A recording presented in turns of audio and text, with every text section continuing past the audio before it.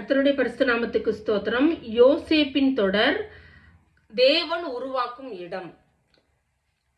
நம்மளுடைய ஆவிக்குரிய ஜீவியத்துல நம்ம முன்னேற்றம் இல்லாமல் காணப்படுவதற்கு நம்மளுடைய வளர்ந்து வந்த சூழ்நிலை காரணம் சில சமயம் சொல்லுவோம்.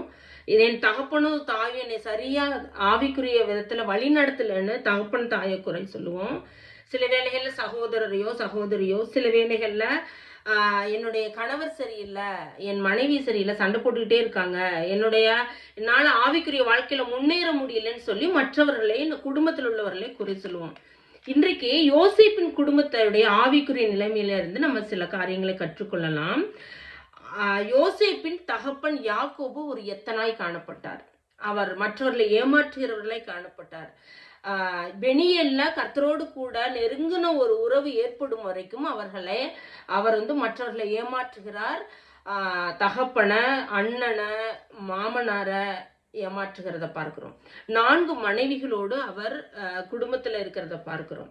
அத போல யோசேப்புடைய தாய் ராகேலை பார்க்கிறப்ப அந்த மகள் தந்திரமாய் காரியங்களை மறைத்து செய்கிறதில்ல, கைதேர்ந்தவங்களா இருக்கிறாங்க.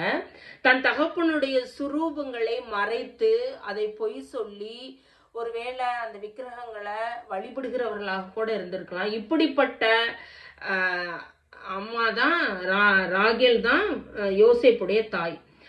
யோசேப்புடைய சகோதரி தீனாள் பார்த்தீங்கன்னா ஒரு துர்நடத்தையுள்ள மகளா காணப்படுறார்.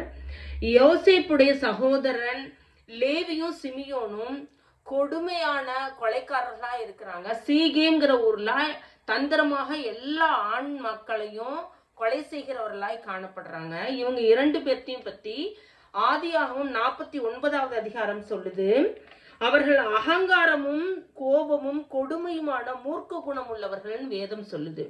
ரூபன் அவர் எப்படிப்பட்டவர்னா தன்னுடைய தகப்பனுடைய மஞ்சத்தை தீட்டுப்படுத்தின ஒரு சகோதரனா காணப்படுறார். என்னைக்குங்க இந்த யோசேப்புடைய குடும்பம் இப்படிப்பட்ட ஆவிக்குரிய தாழ்வான நிலைமையில இருக்கிறத பாக்குறோம்.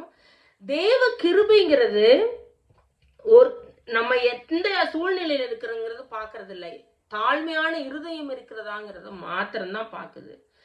தேவன் பிரத்யேகமா விசேஷித்த விதமாக உருவாக்கணும்னு நினைக்கிறவங்கள இப்படிப்பட்ட கடின இருதயம் உள்ள மக்களிடத்துல வைத்துதான் உருவாக்குகிறத பார்க்கணும். யோசேப்புடைய குடும்ப சூழ்நிலை அவர் பரிசுத்தவானாக உருவாகிறதுக்கு ஒரு நாளும் தடையா இருந்ததே இல்லை. தொடர்ந்து பார்க்கலாம் யோசேப்பின் குடும்பத்தை பற்றி.